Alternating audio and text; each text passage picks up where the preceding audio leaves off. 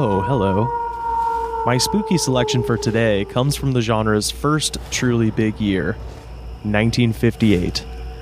We talked about I Put a Spell on You, which came out at the tail end of 1956, so even if I'm being generous and adding that to the count, from what I can tell, there's only about 12 spooky songs that were released in the entire year of 1957.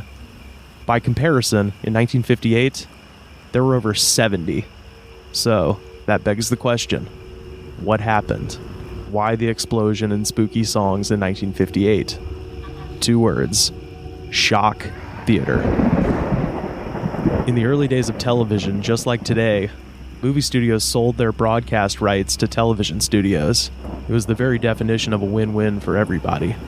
The movie studios sold the rights to the films they hadn't made money on in years. Meanwhile, the big 3 TV networks could sell ads and fill time with those old movies and save lots of money on not having production costs. Soon, distribution companies found their way into the middle of these deals and began sucking up the TV rights to studios' entire back catalogs. One of the biggest of these purchases came in June of 1957, when distribution company Screen Gems purchased a 10-year lease on the television rights to 550 films from Universal Studios. Screen Gems then divided these movies up by genre and sold them to the networks as syndicated packages. Comedy, romance, mystery, and, just in time for Halloween 1957, the Shock Theater package, which included 52 of Universal Studios' pre-1948 horror films. Suddenly, kids didn't have to go to the theater anymore to see reruns of Dracula, Frankenstein, The Mummy, The Invisible Man, The Wolfman. Now they're just in your living room every week. Maybe the most special thing about the Shock Theater package was that, in order to pad out the scheduled runtime, the networks needed presenters to host the monster movie of the week. Many of these local horror hosts, as they came to be known, would go on to become iconic. There was Zachary in Philadelphia, Tarantula Ghoul in Portland, Oregon, Morgus the Magnificent in New Orleans, Gorgon in Fort Worth, and of course, the OG in Hollywood, California, Mila Nurmi, aka Vampira, who'd been presenting her weekly horror movie show in LA since 1954. Many of these horror hosts would go on to record their own Halloween novelty records as a way to advertise their shows on the radio, and sometimes these would become hits. After this episode is over, everyone needs to look up Dinner with Drac by John Zachary from 1958 on YouTube, because it's awesome. To say that Shock Theater was a big success would be an understatement.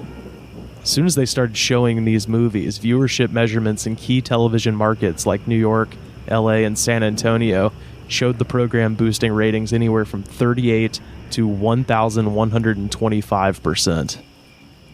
A Son of Shock package was soon released in 1958 with even more scary movies.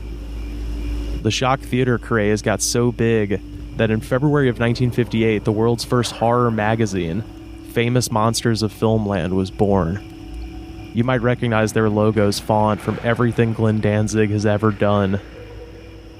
With Shock Theater being such a cultural juggernaut on TV in October of 1957, it's not surprising that by the end of the year, music executives are all scrambling to record as much spooky-themed music as they can get their hands on.